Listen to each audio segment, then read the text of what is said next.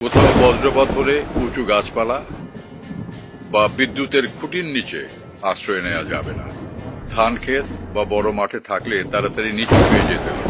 বজ্রপাত হওয়ার উপক্রম হলে কানের আঙুল দিয়ে চোখ বন্ধ করে নিচু হয়ে বসতে হবে, কিন্তু মাটিতে শুয়ে পড়া যাবে না। বাড়ির ছাদ কিংবা উঁচু কোনো স্থানে থাকলে দ্রুত সেখান থেকে নেমে যেতে হবে। সবচেয়ে ভালো হয় কোনো একটা পাকা দালানের নিচে আশ্রয় নিতে পারলে। বজ্রপাতের সময় বাড়িতে থাকলে জানালার কাছাকাছি থাকা যাবে না। দরজা জানলা বন্ধ রেখে ঘরের ভেতরে থাকতে হবে। বজ্রপাত ও ঝড়ের সময় বাড়ির ধাতব কল, সিঁড়ির রেলিং, ধাতব রেলিং, এমনকি ল্যান্ডলাইন টেলিফোনও স্পর্শ করা যাবে না। বজ্রপাতের সময় বৈদ্যুতিক সংযোগযুক্ত যেমন টিভি, ফ্রিজ, কম্পিউটার জাতীয় যন্ত্রপাতি সুইচ বন্ধ করে এগুলোর প্লাগ খুলে ফেলতে হবে। বজ্রপাতের আভাস পেলে আগেই এগুলোর প্লাগ সম্পূর্ণ বিচ্ছিন্ন করতে হবে। অব্যবহৃত যন্ত্রপাতির প্লাগ খুলে রাখতে হবে।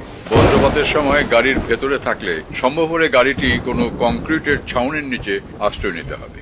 গাড়ির ভেতরের ধাতব বস্তু বা গাড়ির কাচ স্পর্শ করা থেকে বিরত থাকতে হবে।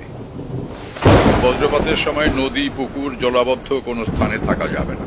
কয়েকজন মিলে খোলা কোনো স্থানে থাকাকালীন সময় বজ্রপাত শুরু হলে প্রত্যেককে 50 থেকে 100 ফুট দূরে সরে যেতে হবে।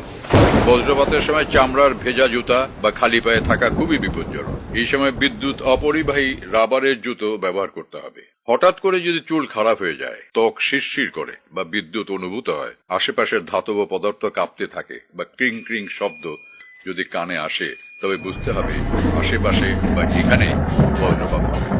এমন পরিস্থিতিতে বজ্রপাত থেকে নিরাপদ হতে প্রয়োজনীয় ব্যবস্থা গ্রহণ করতে হবে।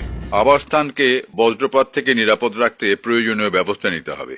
এজন্য আর্থিং সংযুক্ত রড বাড়িতে স্থাপন করতে হবে। এক্ষেত্রে দক্ষ ইঞ্জিনিয়ারের পরামর্শ নিতে হবে।